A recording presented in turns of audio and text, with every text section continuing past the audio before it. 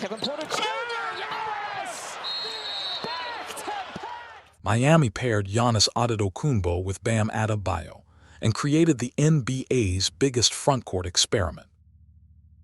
The defense could be terrifying, but the Heat gave up Tyler Herro and 3 young players, leaving 2 stars who do their best work inside the arc. So Miami's season won't be decided by the names at the top. It'll be decided by spacing, late clock creation, and whether Erik Spoelstra can keep one weakness from suffocating all that talent. Here's what makes this team dangerous and what could stop it.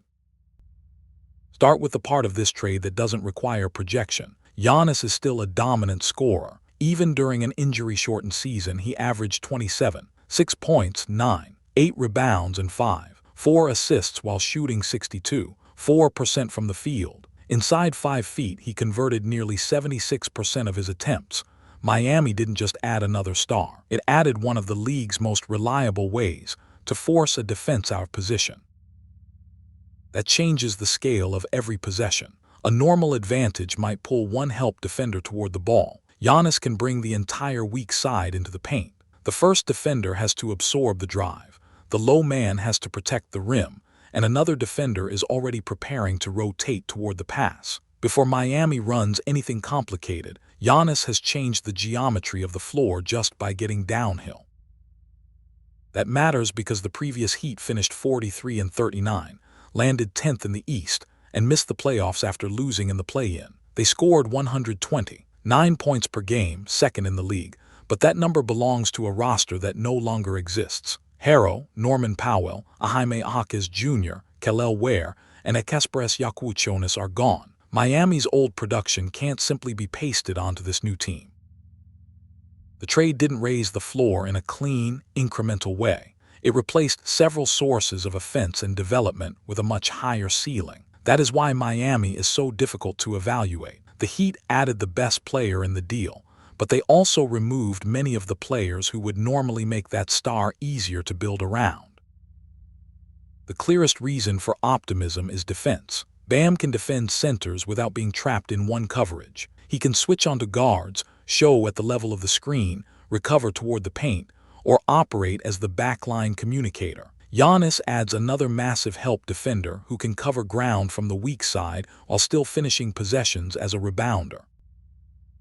Together, they should allow Miami to change its coverage without changing personnel. The Heat could switch in action, play more aggressively at the ball, or keep Giannis away from the primary screen so he can erase mistakes behind it. In a playoff series, that flexibility matters because opponents spend 7 games searching for the one defender they can repeatedly attack. Miami's 2 best players should be extremely difficult to remove from the floor defensively.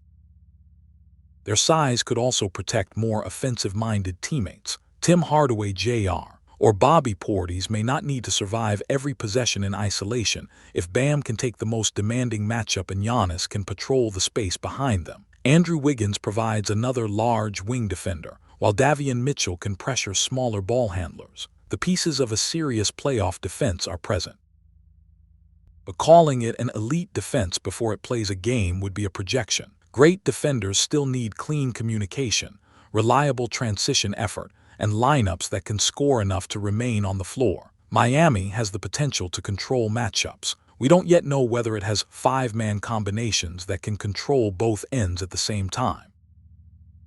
And that is where the strangest part of this contender appears. Giannis and Bam are devastating for many of the same reasons. Both can overpower smaller defenders. Both create their best shots near the basket. Both are most useful when the paint is available. Over the last 3 seasons, they combined to shoot 32% from 3 and 39% from mid-range. A defense does not need to treat either player like a movement shooter.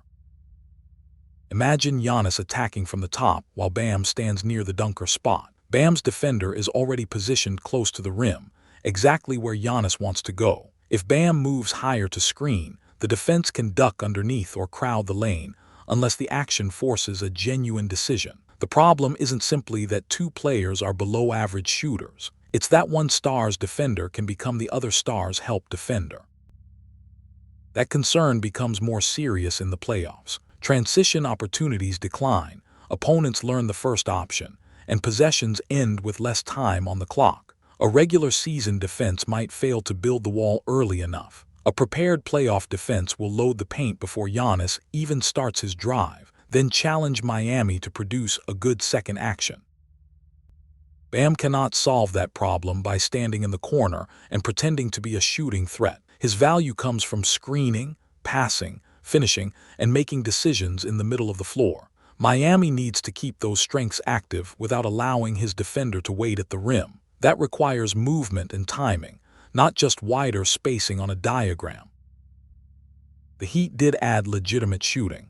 Hardaway made 205 threes last season and hit 47% of his attempts. Portis shot 45.6%. Simone Fontecchio shot 37.5%. Those numbers give Erik Spoelstra several players who can punish a defense for overcommitting to the paint.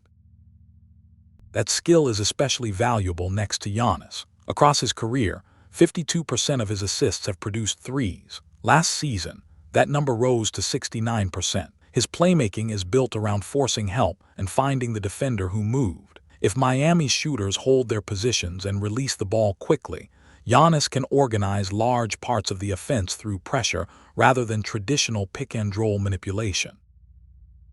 But shooting percentages alone don't produce a playoff lineup. Portis may be Miami's cleanest offensive fit next to Giannis, yet playing Portis with Giannis and Bam would create an enormous frontcourt whose perimeter defense must be tested. Hardaway improves spacing, but opponents may try to involve him in every screening action. Fontecchio helps connect lineups, but he does not replace a primary creator. Every shooting solution introduces another question. Miami also cannot assume that last season's percentages will repeat. Portis 45.6% was well above his established career level. Hardaway is 34. Conwell took 9.6 threes per game in college, but he has never faced an NBA closeout. The Heat have enough shooting candidates. What they do not have is certainty about which of those shooters can stay on the floor in the final 5 minutes of a playoff game. That leads to the biggest unresolved role on the roster, the perimeter creator. Mitchell averaged 6.5 assists against 9.3 points last season. He can organize possessions, defend the point of attack, and make the simple pass after Giannis creates an advantage. What he has not demonstrated is the scoring volume that forces a playoff defense to change its coverage. If a defender goes under Mitchell's screen, can he consistently punish the space? If the ball is taken out of Giannis' hands, can Mitchell turn a late clock into a quality shot? Those questions are different from whether he can function as the nominal point guard. Miami does not need him to dominate the ball. It needs opponents to respect what happens when he does.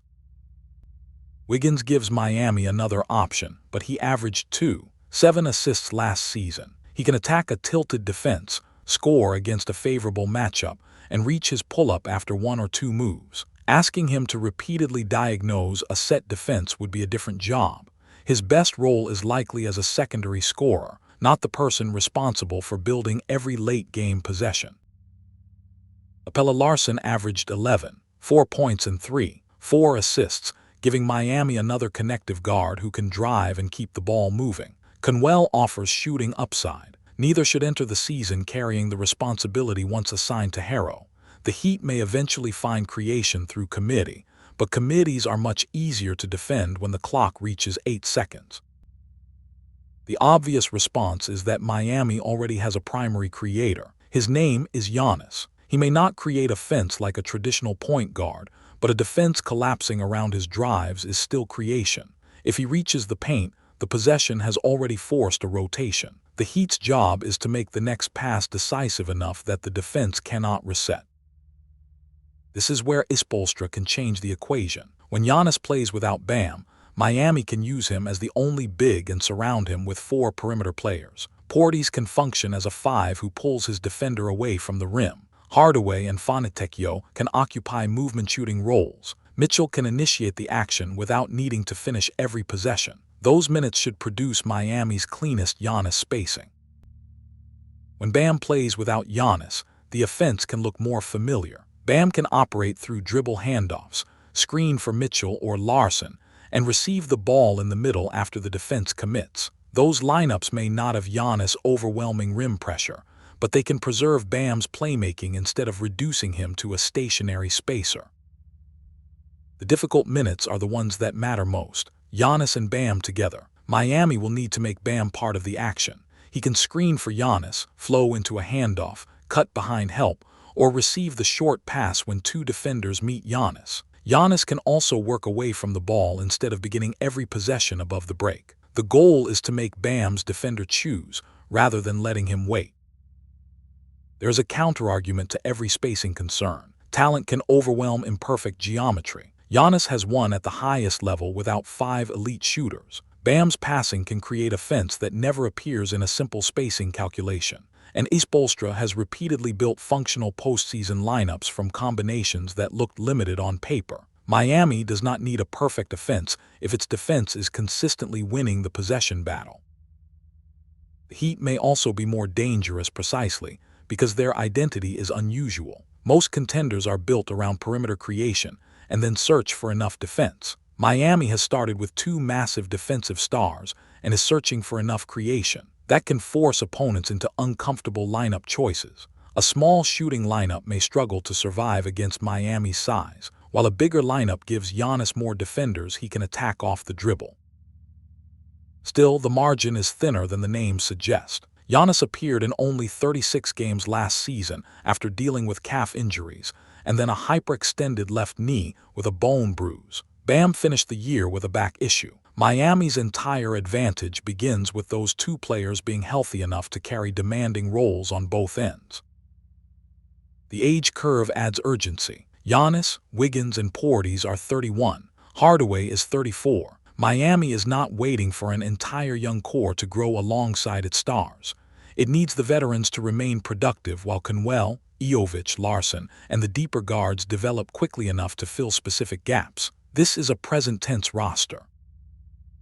And there is no easy reset button. The Giannis trade cost Miami 3 first-round picks, a future swap, a second-rounder, and 4 players. The Heat are hard-capped at the first apron for the season. Giannis also has a player option for 2027 to 2028. None of that means he is planning to leave. It means Miami has strong incentives to discover the right formula immediately.